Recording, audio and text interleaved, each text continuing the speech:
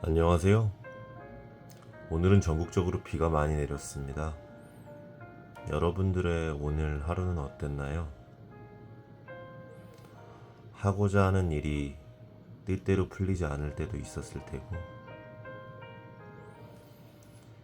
내가 예상하지 못했던 행운이 어느 순간 나에게 다가왔었을 수도 있을 테고, 그렇습니다. 매일 나에게 주어지는 하루는 때로는 기쁠 때도 슬플 때도 있는 법입니다.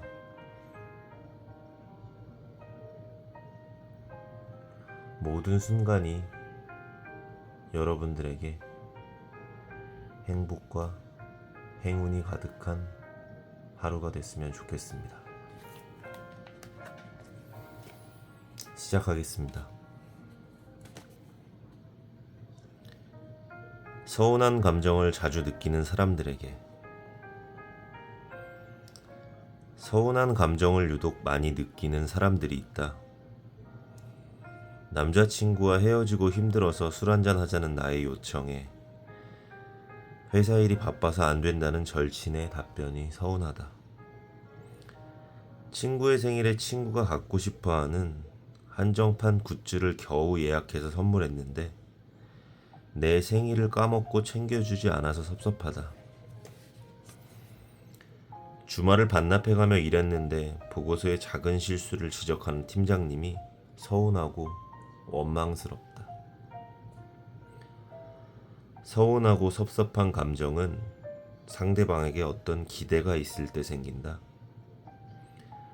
그 감정은 내가 가진 어떤 명제와 짝을 이루고 있는데 상대방이 그 명제를 깨트리면 자동적으로 튀어나온다.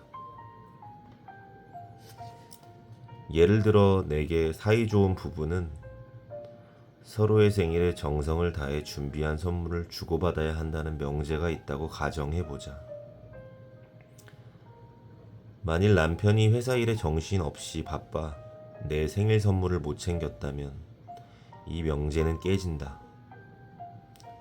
단지 선물을 안 챙겨준 것을 넘어서서 우리는 사이좋은 부부가 아니며 더 나아가 남편의 사랑이 식었을 거라고 확대 해석하게 되는 것이다. 자기도 모르게 마음속에 품고 있는 이런 명제는 상당히 많다. 학교는 무조건 제 나이에 들어가서 제 나이에 졸업을 해야 한다. 적어도 30살까지는 돈을 얼마 이상 모아야 한다 등등. 이런 명제들은 나 혼자 지키는 명제고 남에게 강요하지 않는다면 별 문제는 없다. 문제는 타인과의 관계에서 이런 명제를 만드는 경우다. 예를 들어 대학 동기끼리는 무조건 서로 친해야 한다. 연인끼리 100일, 200일, 300일은 반드시 기억하고 서로 챙겨줘야 한다. 직장 동료끼리 사적으로 친해야 일할 때 편하다 등등의 생각 말이다.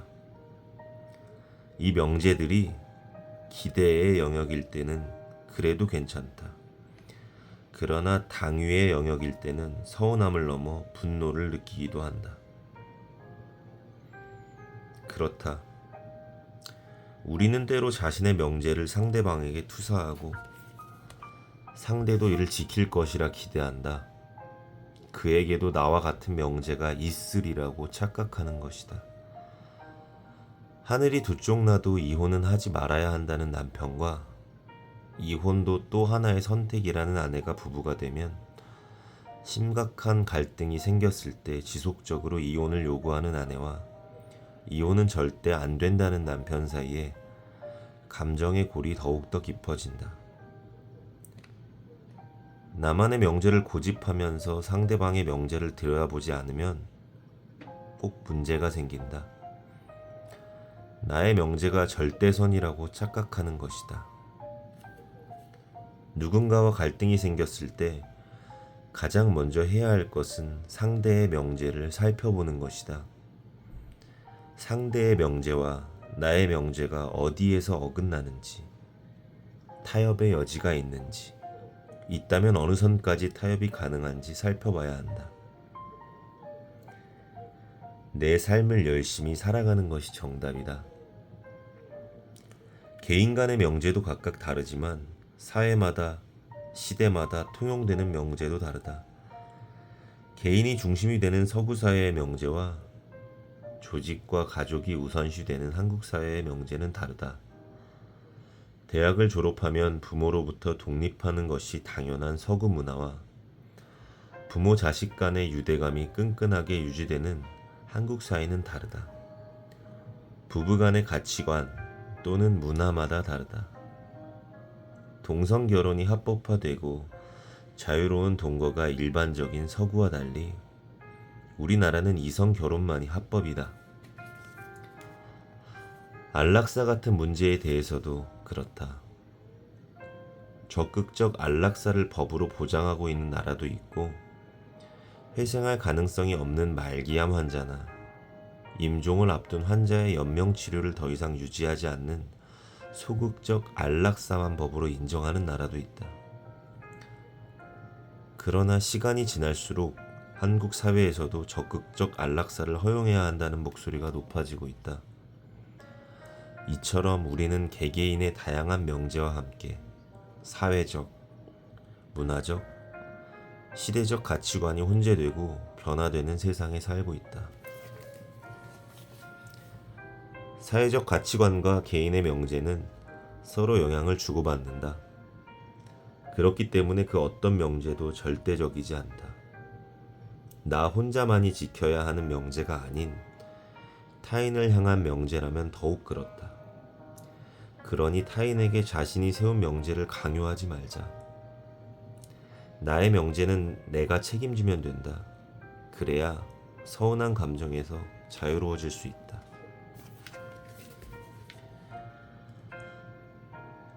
불안하면 밖에 나가 뛰어라. 내가 환자에게 가장 많이 권하는 행동은 운동이다. 불면증 환자에게는 카페인 끊고 운동하라고, 공황장애 환자에게는 스트레스 관리하고 운동하라고, 우울증 환자에게는 지금은 움직이는 것도 어렵겠지만 조금이라도 힘이 생기면 운동하라고, 치매 환자의 보호자에게는 하루에 30분씩 함께 밖에 나가 가볍게 산책하라고 끊임없이 잔소리를 한다. 나도 운동을 꾸준히 한다. 코로나가 있기 전에는 매일 새벽 수영을 다녔고 코로나가 조금 잠잠해지고서는 동네의 야트막한 산에 있는 절까지 매일 걸어간다. 주말에는 가족들과 함께 이 산 저 산을 다니며 등산을 한다. 스트레스를 받을 때 운동을 하는 이유는 나의 주의를 다른 곳으로 돌리기 위해서다. 머리가 아픈 일이 있을 때 수영장에 가서 왕복 50m 내일을 돌다 보면 아무 생각이 없어진다. 수영을 마치고 샤워까지 하고 나오면 나를 괴롭히는 힘든 생각도 같이 씻겨나가 별거 아닌 일로 가볍게 느껴진다. 등산할 때도 마찬가지다. 일단 몸이 힘드니 아무 생각이 없어진다. 에베레스트 산에 오르는 산악인의 마음으로 한 발짝 한 발짝 정상을 향해 나아갈 뿐이다. 모든 에너지가 육체를 돌리는데 소진되니 머릿속의 복잡한 생각도 사라지게 된다. 정상에 올라 성취감이 차오르면 부정적인 생각은 설 자리를 잃는다. 산에서 내려와 시원한 맥주를 마시면 사는 게 뭐 별거 있나 싶다. 복잡하고 부정적인 생각이 사라지고 머릿속이 단순해진다. 감정이 격해진다 싶을 때는 게임을 하거나 술을 마시거나 노래방을 가거나 영화를 보거나 음악을 듣는다. 이 또한 주의를 완전히 다른 곳으로 돌려버리는 방법이다.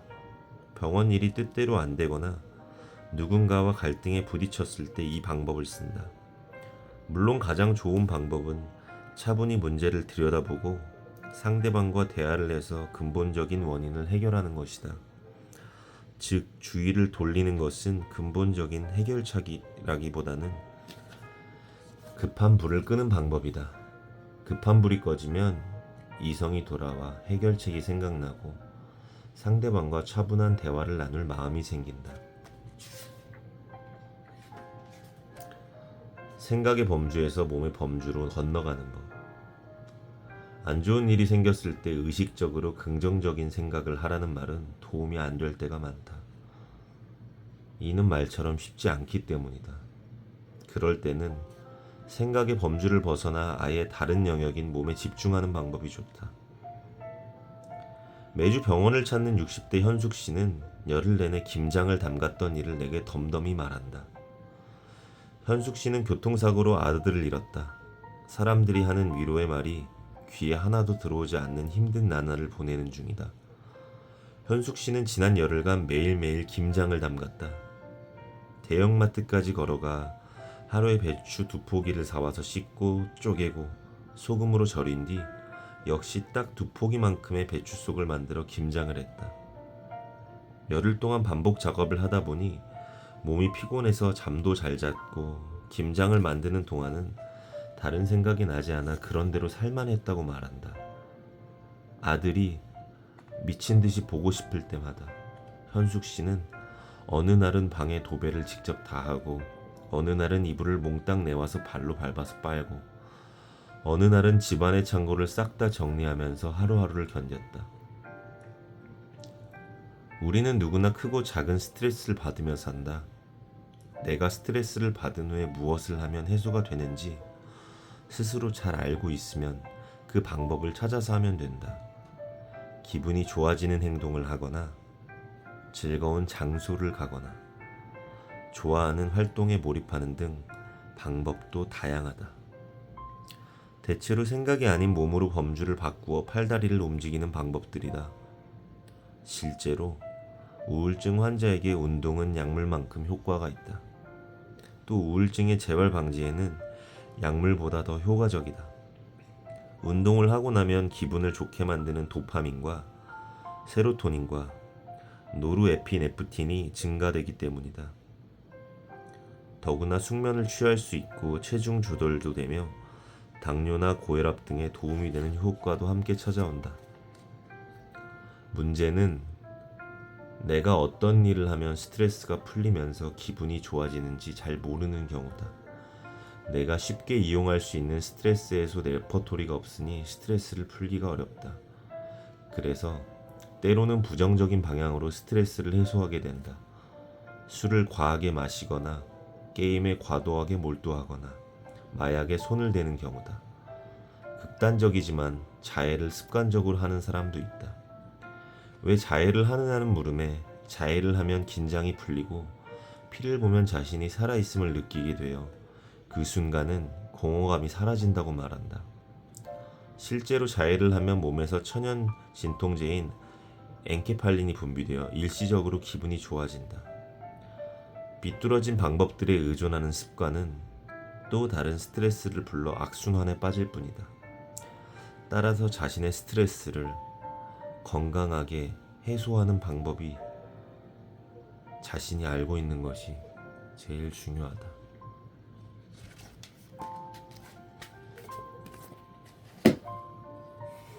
저 또한 오늘 하루 또 바쁘고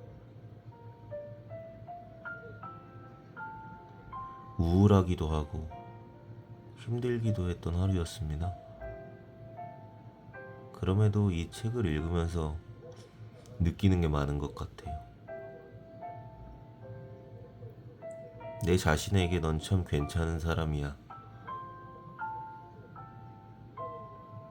라고 칭찬해주세요.